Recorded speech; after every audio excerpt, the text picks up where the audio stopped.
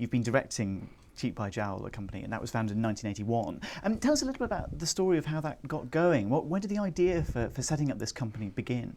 Oh, well, my partner and I, Nicole, we wanted to work in theatre, and I was a director, Nick was a designer, and we wanted to work together. Nobody would give us a job.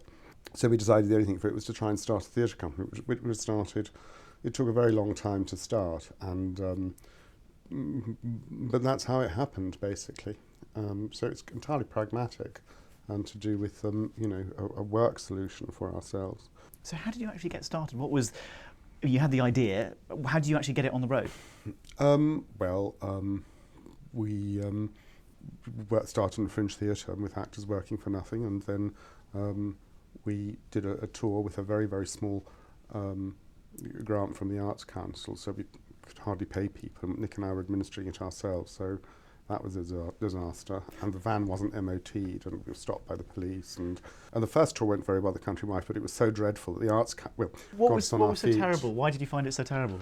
But Nick and I just hoped to sort of, dealing with money and sort of getting money from the venues and then paying actors money and sending people out in a van. It was not our talent, So but we needed to find people whose talents it was. Shakespeare has been absolutely crucial to what you've done over the last 30 years. I mean, you've probably directed, it must be going on for half the plays now, is it? Maybe it's more these days. I don't count. Yeah. What is it about Shakespeare that keeps you going back to him? Because it's always different. The reason that I've done The Tempest is because I love these actors. They're the first ensemble that I've had of actors. I very much want to keep them together, and I didn't want to lose any of them, so I chose a play that would suit them all as well as possible. Nick and I chose the play together, and so we think, The Tempest, oh yes, Ega could play Prosper, oh yes, oh God, yes, and Sasha could do Caliban, and it sort of all falls into place. So that's how we end up doing the Tempest. It's pragmatic. Having said that, it is amazing how timely pragmatic things often are.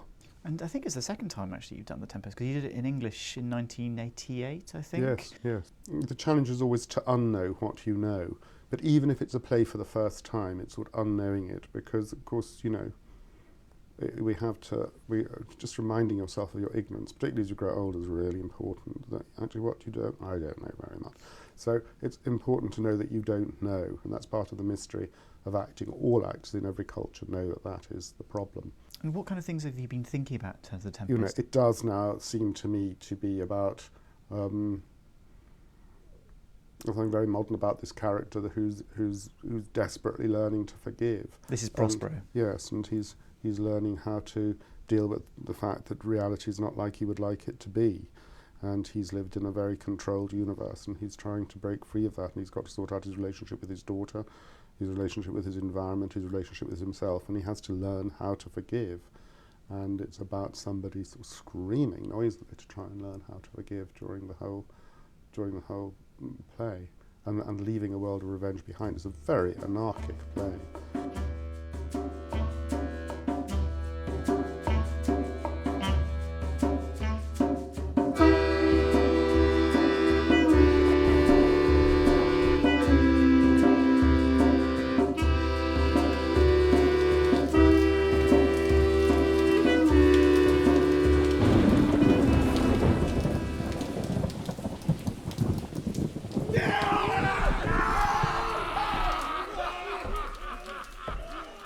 You're an English director. It's an English play. You're directing Russian actors in Russian. Yes. I mean, some people might say, why do Shakespeare in Russian when you could do him in English? Well, because I think that words are very, very important. I love words. I've spent my life working with words. I've occasionally had holidays from words, like when I did ballet with the Bolshoi, and it was just great, not that they don't say anything. But words are only part of the experience, and we live in a very verbal culture. You write in a newspaper. It's limiting to think that words are the only, are the most important part of the experience. And I think that to become full, we have to realise just how limited words are. The great writers all know that words don't work, and that Shakespeare, Chekhov, Pushkin, these people all know that words don't work very well, that words are like very crude tools to do things. Also that the words, the story, are a delivery system for experience. that it's the experiences that matter. You've done a version of Macbeth reasonably recently, which again I think is the second time that you've done this particular play. Yes. It's often thought of as the toughest Shakespeare play to do. I mean, many directors have been sunk by it. Why do it not just once but twice? Oh, it's the same reason again. We had Anastasia Hilly and Will Keane. Why wouldn't we do it? Anyone would. So get some great actors, and that's why. Yes, and you find a way of doing it, and it was a marvelous. It came out very differently this time. It was about a marriage and about what happens between. It just came out very differently from how we did it before. There were certain forms that were the same, but the central experience of it was very different.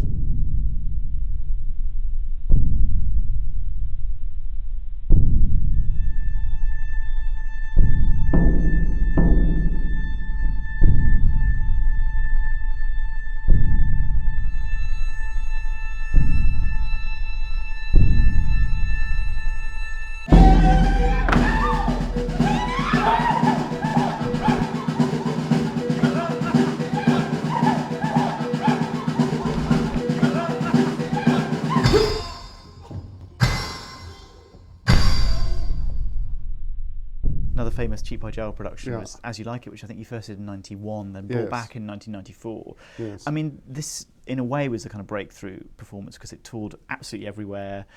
A lot of people saw it. Why do you think it caught the imagination, that production?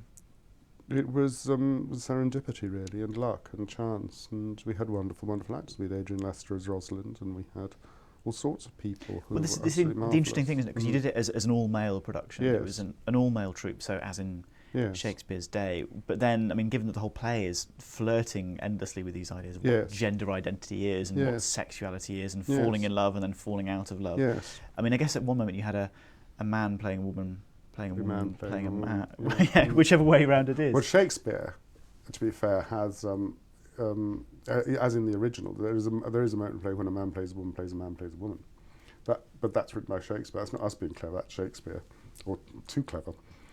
I was always very afraid doing it, thinking that it might seem somehow abstract and cold. I remember thinking, is this going to seem like a directorial idea that you'll be conscious of all the way through?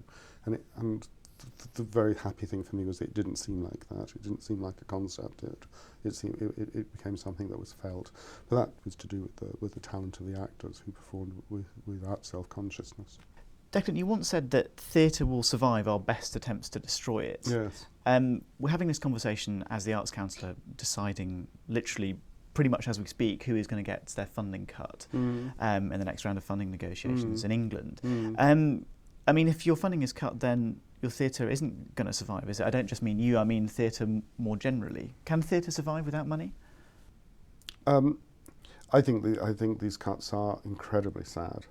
And we don't know where it's going to fall, but it's terrible that it falls anyway, because we spend a paltry amount of money on theatre, and it is very, very sad. It's very tough for the Arts Council that they've got to implement these appalling cuts. But I think it's the worst time to cut back on art, because it's a time when people actually need living experiences. And it's very, very, so people have a sense of joy. I mean, art is about joy, and people actually need a lot of joy to be able to go forward in these tough times. And it's what I can say is it's just incredibly sad. But of course, terrible things are going to happen. And, well, for example, I mean, I was realising we go on tour in England, and I mean, the whole regional theatre system of reps was destroyed by Thatcher. It did happen, and it was done, and that's gone, and that's not going to come back. And that was done in that round of cuts. And, bravo. And God knows what will happen this time. All I can say is it's very sad, and of course it's very irresponsible.